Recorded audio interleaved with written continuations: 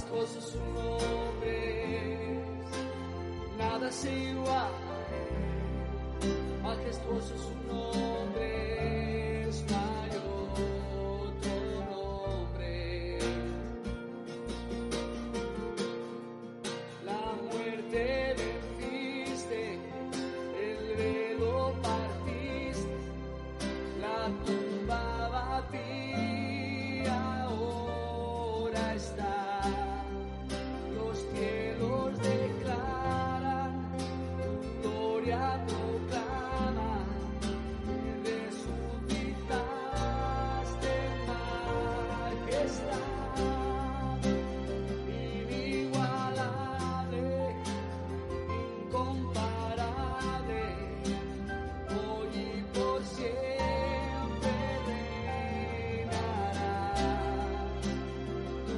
Es el reino, tuya es la gloria, tuyo el poder y majestad. Poderoso su nombre, poderoso su nombre, el nombre de Jesús. Poderoso su nombre, nada se iguala a él, poderoso su nombre, no hay otro nombre, poderoso su nombre.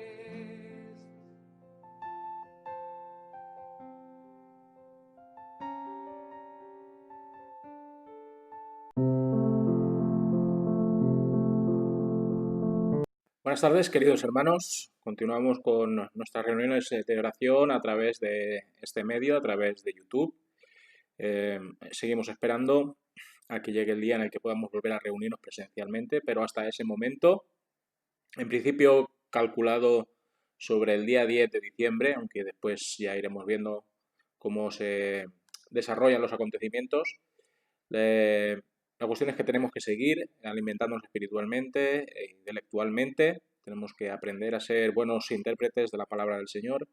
Y en esta tarde pues quisiera traeros ante vosotros un tema que digamos es una especie de repaso fundamental sobre cómo podemos llegar a ser mejores intérpretes de la palabra del Señor.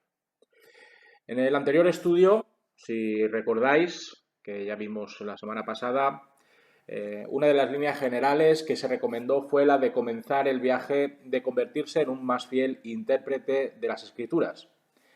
Pero la pregunta surge, ¿qué pasos específicos puedes dar hacia convertirte en un intérprete mucho más fiel de la palabra del Señor? Pues, en primer lugar, el primer paso que hemos de dar en ese sentido tiene que ser el de leer la Biblia.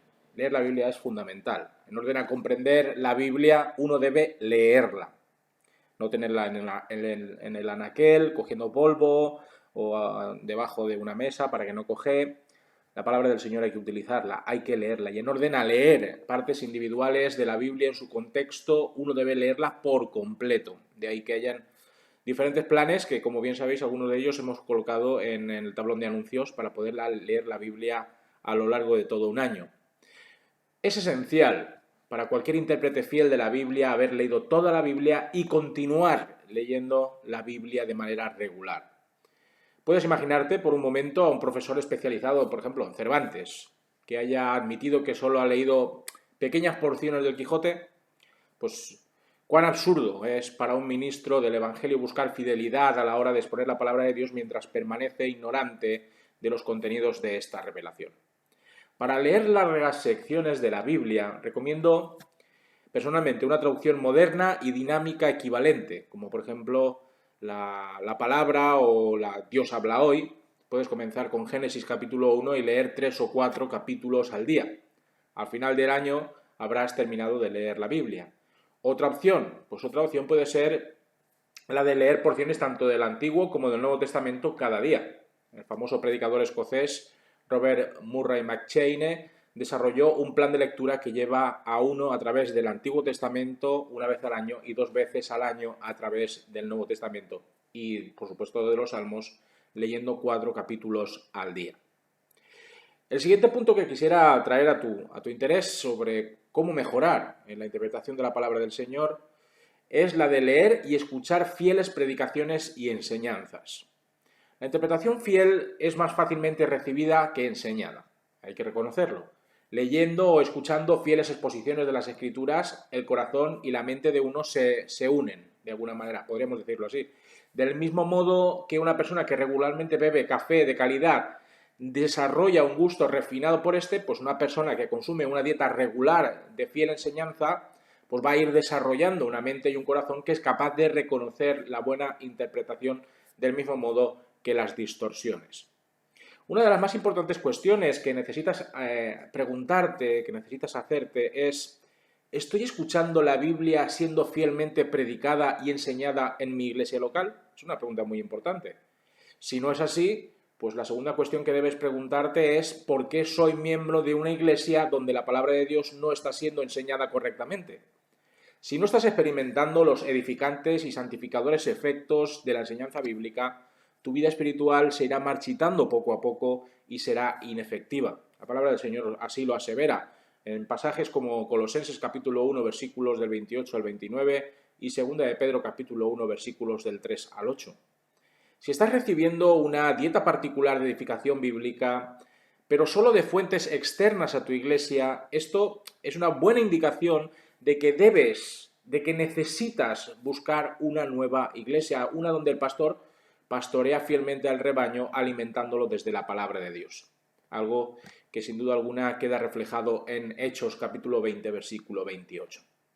Aunque una iglesia local donde la Biblia es fielmente enseñada es una necesidad absoluta, uno también puede crecer espiritualmente leyendo o escuchando los sermones y las enseñanzas bíblicas de fuera de tu iglesia local. Uno también puede aprender mucho de leer sermones, de leer comentarios, de participar de devocionales, de fieles exégetas.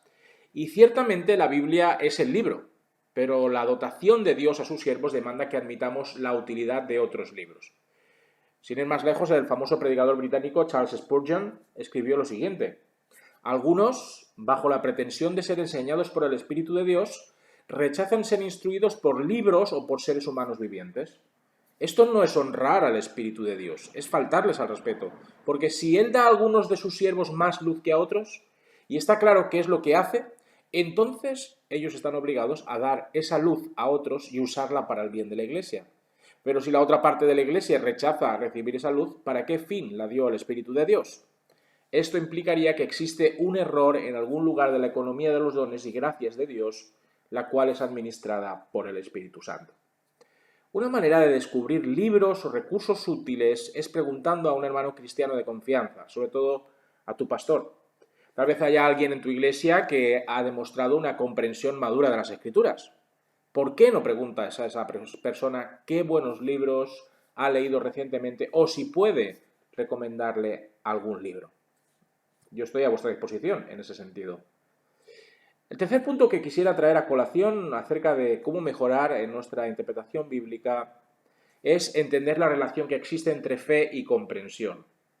El líder de la iglesia primitiva, Agustín, cuya vida discurrió entre los años 354 y 430 después de Cristo, aconsejó lo siguiente, palabras latinas: crede ut intelligas, es decir, cree en orden a que puedas entender.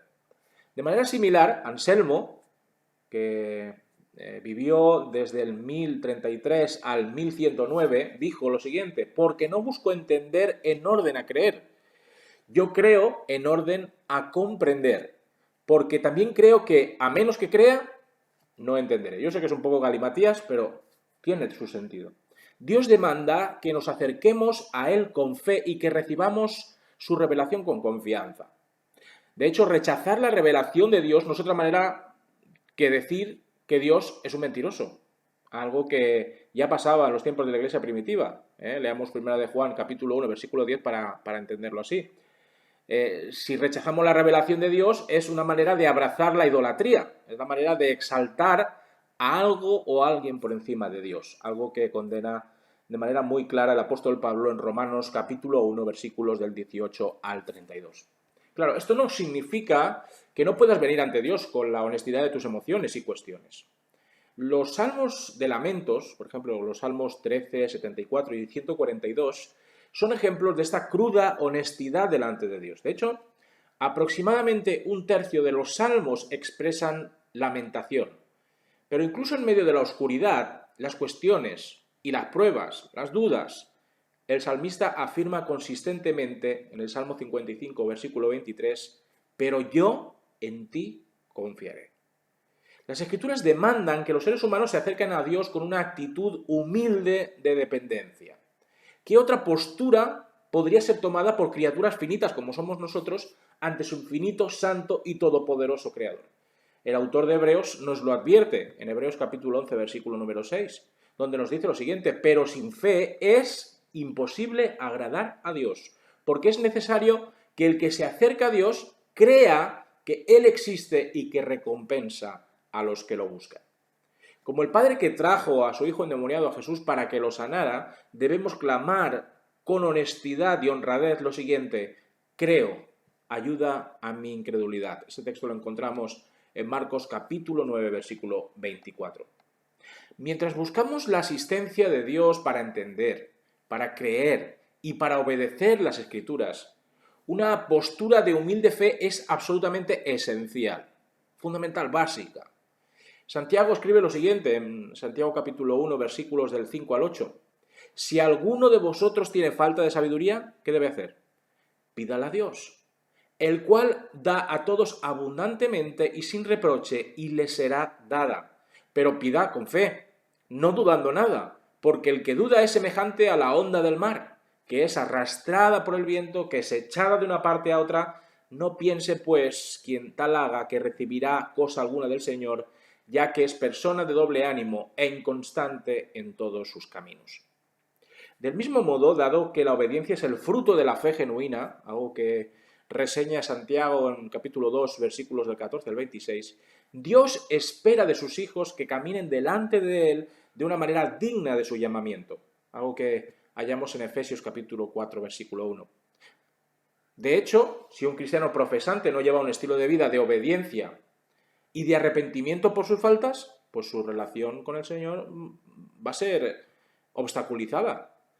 Un estilo de vida de pecado consistentemente e impenitente muestra que la profesión de fe de alguien es falsa. Algo que bien supo transmitirnos Juan en su primera epístola, en el capítulo 1, versículo número 6. Pedro nos avisa, desde primera de Pedro capítulo 3, versículo 7.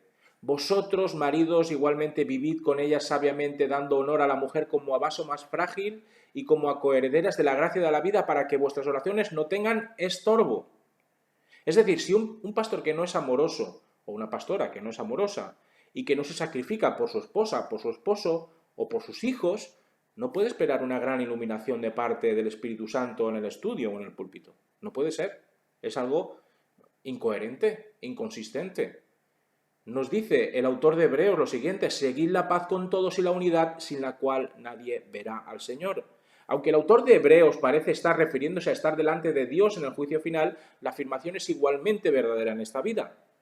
Sin vidas vividas con fe y obediencia, aunque ciertamente con muchos errores, con muchos arrepentimientos, eso hay que reconocerlo, que eso va a seguir pasando mientras estemos sobre la faz de esta tierra, algo que sin duda alguna se ve apoyado por primera de Juan capítulo 1, versículos del 8 al 10, pues podemos esperar una pequeña asistencia divina a la hora de entender y explicar las Escrituras.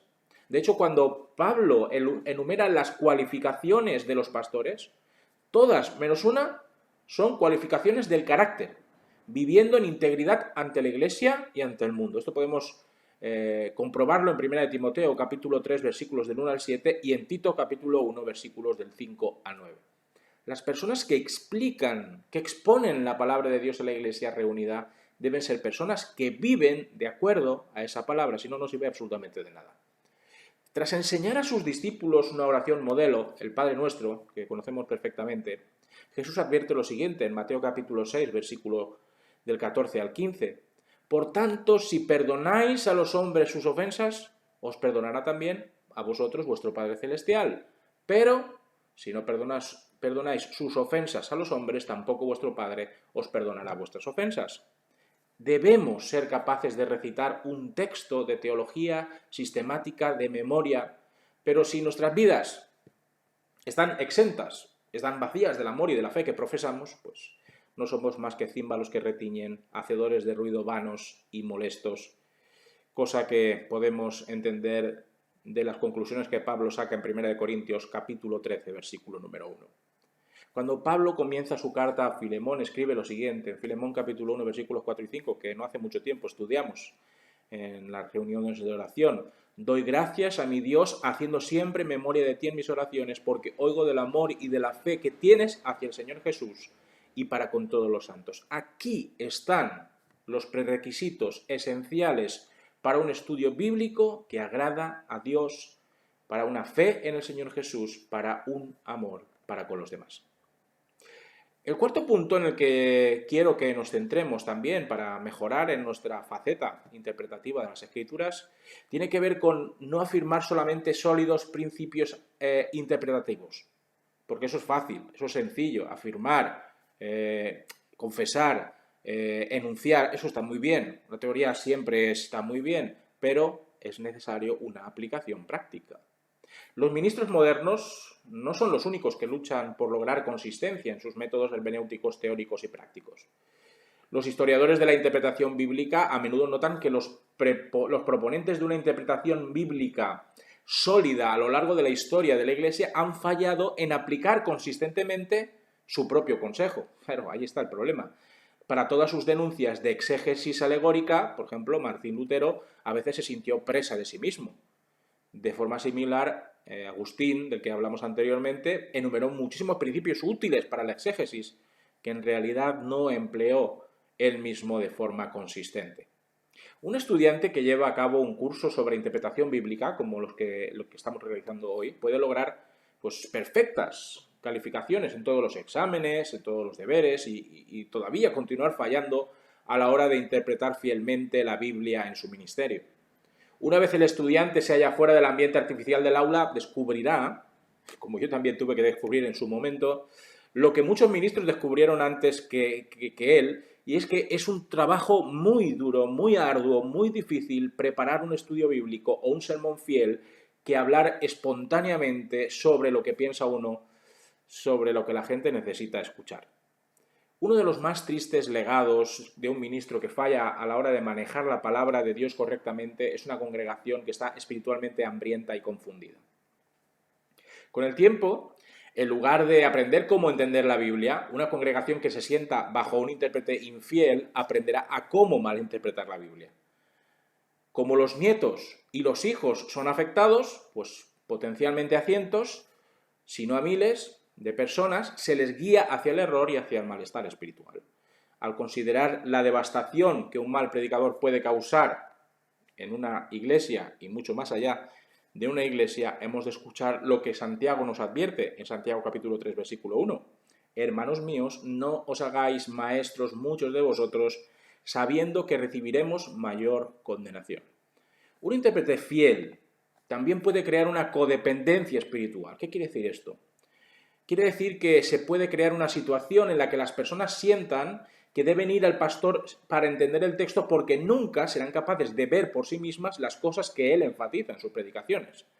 Estos pobres y hambrientos infantes o niños que deberían haber sido alimentados por la leche pura de la palabra, que encontramos en 1 de Pedro capítulo 2, versículo 2, permanecen con los ojos muy demacrados ante el púlpito cada semana, esperando que el maná caiga del cielo.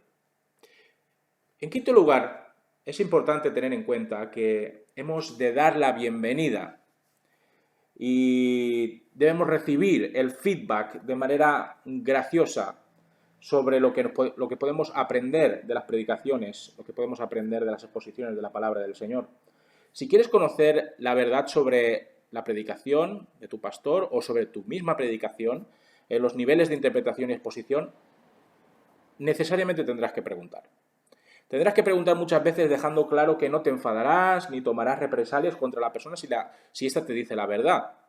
Es probablemente lo mejor decidir de antemano exactamente lo que quieres decir. Es decir, puedes ensayar el intercambio en tu mente. Por ejemplo, Aquí enumero una serie de palabras que puedes adaptar a tu esquema. Cuando tengas que hacer una pregunta, ¿no?, a cualquier persona sobre el sermón que has predicado, sobre el estudio bíblico que has dado, puedes decir lo siguiente. Esto es simplemente un esquema, una sugerencia. Pues estoy un poco nervioso al preguntarte esto porque sé que tengo margen de mejora, pero estoy pensando si podrías enviarme por email, pues, o por WhatsApp tu feedback sobre mi sermón. Quiero ser un fiel intérprete y un mejor comunicador y creo que puedes ayudarme. Por favor, siéntete libre de ofrecerme cualquier consejo. No temas en ofrecerme críticas. Eso es precisamente lo que quiero. Además, decirte de antemano que es importante decidir no defenderte de ti mismo. Todos tendemos a eso, ¿verdad? Cuando alguien hace algún tipo de comentario o hace algún tipo de sugerencia sobre cómo deberías enfocar determinadas aportaciones digamos, a lo que es la homilética o a la hermenéutica que desarrollas en tu iglesia. Es muy fácil, ¿no? Eso es lo que nos pide el cuerpo muchas veces, ¿no? Mantenernos a la defensiva porque creemos que estamos siendo amenazados, ¿no?, por la visión de otras personas. Pero no es esa la solución. La solución no es enfadarse o cruzarse de brazos o decidir que no vas a escuchar ninguna sugerencia, ninguna valoración sobre lo que has predicado o enseñado. No. Hay que responder solamente con acción de gracias, incluso si sientes que alguno de los consejos que te han dado es equivocado o injustificado. Si buscas defenderte a ti mismo, pues no esperes recibir nunca más honestos y honrados, sinceros feedbacks de nuevo de la persona a la que estás respondiendo. Si te sientes avergonzado a abrirte a la crítica de alguien en tu esquema normal, pues posiblemente puedes mandar por email tu sermón o la lección bíblica a un viejo amigo del seminario o que ha estudiado contigo en el CET o alguna persona que te dé confianza. Pero lo ideal es que debes moverte hacia preguntar a aquellos que están en tu ambiente cotidiano, o sea, las personas que forman parte de tu comunidad de fe. Con el tiempo puedes desarrollar un marco de consejeros de confianza y puedes gozarte en ver cómo tus habilidades interpretativas se desarrollan a la par que las del resto de los hermanos. Posiblemente Dios levante a otros líderes, eso sería lo deseable dentro de nuestras iglesias, ¿verdad? Dentro de nuestra iglesia de manera particular, ¿no? Otras personas, a otros hermanos, a otras hermanas que tengan la capacidad de compartir el ministerio de la enseñanza a través de estas relaciones de compartir nuestras visiones de lo que es la predicación o lo que es la enseñanza bíblica. Mientras buscas la ayuda de otros a la hora de crecer como intérprete, pues aquí hay dos proverbios en los que es preciso meditar. Proverbios 27-17 dice: el hierro con hierro se afila y el hombre con el rostro de su amigo. Y también Proverbios 24-26 cuando dice: besados sean los labios del que responde con palabras correctas. El sexto punto importante que hemos de tener en cuenta y en consideración a la hora de mejorar como intérpretes es que debemos adquirir y emplear herramientas de estudio bíblico.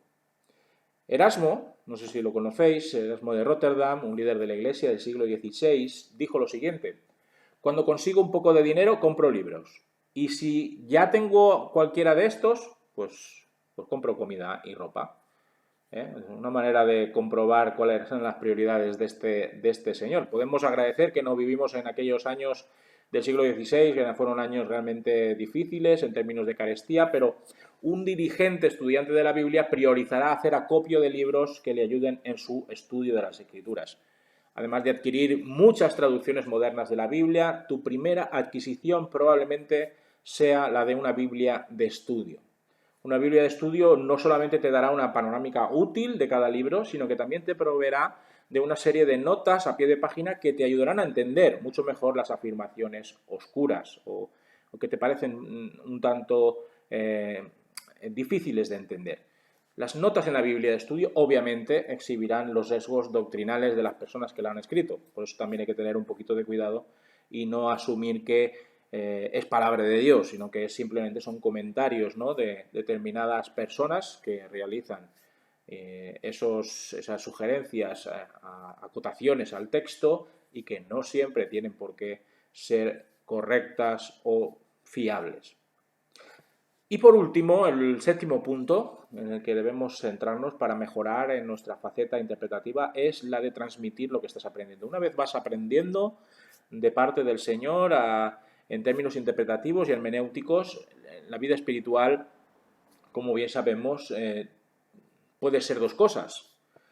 Puede ser una piscina estancada o puede ser una fuente que fluye. Como creyente, si estás aprendiendo pero no compartes lo que estás aprendiendo, pues serás como un estanque que se cubre de algas y que huele fatal. Muchos de los consejos anteriores que he ido desgranando asumen que los que escuchan estas lecciones están involucrados o aspiran a estarlo en algún ministerio público. Posiblemente, pues a lo mejor no te ves en el ministerio público, no te ves subiéndote a un púlpito, no te ves poniéndote delante de muchas personas, ¿no?, para dar un estudio bíblico. Posiblemente pienses eso. Pero cuando vamos a la Biblia, todo el pueblo de Dios debe rebosar con las verdades que están aprendiendo. Incluso si tus conversaciones sobre la Biblia son con tus hijos, son con tu esposo, tu esposa, con tus vecinos, tus amigos, debes buscar compartir las nuevas percepciones que estás aprendiendo sobre Dios. Bien, pues hasta aquí estas breves sugerencias, sencillas, pero sumamente útiles para poder ir mejorando progresivamente en nuestro entendimiento de la palabra de Dios y poder compartir todo eso que vamos aprendiendo. No queremos guardárnoslo dentro de nosotros, sino que todo lo contrario, queremos ser de bendición para los demás y por eso necesitamos también ser canales del Señor a la hora de transmitir las buenas nuevas de salvación, a la hora de transmitir la doctrina cristiana. En cuanto a una serie de preguntas que quisiera formularos para que podáis pensar y meditar sobre el tema de hoy, la primera de ellas es: ¿leer la Biblia es tu práctica diaria? Espero que sí, ¿eh? Espero que todos los días leas la palabra de Dios. Pero si no es así, ¿por qué no comienzas hoy mismo? ¿Por qué no te lo propones? La segunda pregunta es: ¿la Biblia es enseñada fielmente en tu iglesia? No hace falta que me contestes. ¿De acuerdo? Yo espero que sí, espero que esté cumpliendo con mi deber y con mi papel pues que me ha dado mi vocación pastoral y mi vocación como maestro y como predicador. ¿Es enseñada fielmente la palabra del Señor en nuestra iglesia? ¿Tú y tu familia estáis siendo edificados y desafiados por la Escritura en la iglesia? La tercera pregunta es: si enseñas o predicas normalmente la Biblia, ¿tienes algún método para recibir el feedback de tu enseñanza? ¿Tienes alguna manera de conocer cuál es el pensamiento, el parecer de algunos de los hermanos que participan de tus exposiciones? Bueno, pues si tienes alguno de esos modelos, pues sería interesante también conocerlo. También otra de las preguntas que quisiera presentarte es: ¿tienes una Biblia de estudio? Si es así, si tienes una Biblia de estudio, ¿de qué editorial? ¿Cuál es la meta establecida de tus notas a pie de página de esa Biblia de estudio? Y por último, la última pregunta es: ¿qué relaciones tienes con las que puedas permitirte compartir lo que estás aprendiendo de la Biblia? ¿Son tus amigos? ¿Son tus familiares? ¿Son tus hijos? ¿Son tu esposo, tu esposa? ¿Son tus compañeros de trabajo? Bueno, pues siempre es útil y siempre, por supuesto, es deseable que nuestro círculo de influencia en ese sentido sea el mayor posible. Así que tenemos que buscar siempre desde la madurez cristiana, desde el progreso en la excelencia de la interpretación bíblica, pues el seguir expandiendo nuestra visión de a quiénes podemos alcanzar a través de lo que vamos aprendiendo día tras día de las Escrituras. Hoy no os dejo ningún recurso, ningún material reseñable, porque en definitiva, cuando se trata de mejorar en el apartado interpretativo, aunque ya veremos la semana que viene una serie de materiales, lo más importante de todo es que tengas una Biblia, y si es una Biblia de estudio, pues muchísimo mejor. Bien, pues sin más que compartir con vosotros en esta tarde, pues mi deseo es que sigamos orando los unos por los otros, que nos sigamos preocupando de manera telefónica, virtual, presencial, siempre que se pueda, que sigamos atentos a las circunstancias que nos van rodeando para ver si en breve, ¿no?, y con todas las noticias que estamos recibiendo de un lado o de otro sobre temas de vacunas y etcétera, etcétera, podamos regresar a la normalidad, que es lo más deseable, que es lo que anhelamos todos, pienso yo, y que sin duda alguna nos hará poder celebrar el regreso a nuestra preciosa y hermosa capilla. Que el Señor os bendiga y hasta el próximo día. Hola hermanos, quisiera saludarlos con ósculo santo. Este año está siendo difícil, lo estamos sufriendo todos, aunque hay personas que lo están pasando mucho peor. Nosotros tenemos el privilegio de tener el tesoro de la fe en Jesús nuestro Señor, que hace esa gran diferencia para afrontar esta dura situación de pandemia. Confiemos en el Señor y esforcémonos en agradarle. Él ya ha cambiado nuestra eternidad y también puede cambiar todas las situaciones. Muchas bendiciones para todos. Os quiero. Hola hermanos, me gustaría compartir con ustedes unas palabras. ¿Qué podía decir que no sepamos? Pues en estos días de pandemia tenemos que ser conscientes y tener fe de que con Cristo somos más que vencedores. Los sueños solo se cumplen a quienes nunca se rinden, no se conforman, no toleran la mediocridad y tienen fuerzas para dar un paso más. El Señor nuestro Dios nos mandó temerle y obedecer estos preceptos para que siempre nos vaya bien y sigamos con vida. Y así ha sido hasta hoy. Deuteronomio 6:24. Amén. En primer lugar, quisiera dar gracias a Dios por habernos acompañado durante este tiempo de pandemia. Este tiempo que aún no ha terminado, pero sabemos que estamos en sus manos.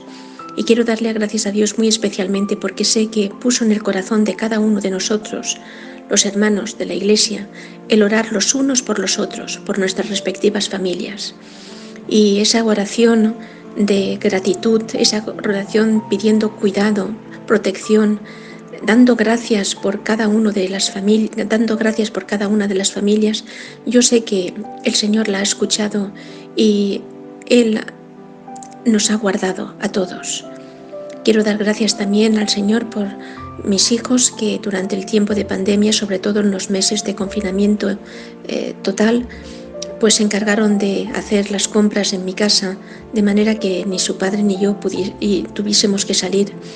Y doy gracias por ese amor y esa atención que yo he recibido de ellos y que creo que muchos de vosotros también los habréis recibido de vuestros hijos. Y también gracias también por el pastor con sus sermones o sus devocionales cada día, esa palabra de ánimo. Gracias, pastor. Y gracias también quiero dar por la iniciativa que tuvo la Unión Bautista de poner un programa en internet, en el ordenador, para que pudiésemos orar durante las 24 horas, los 7 días a la semana.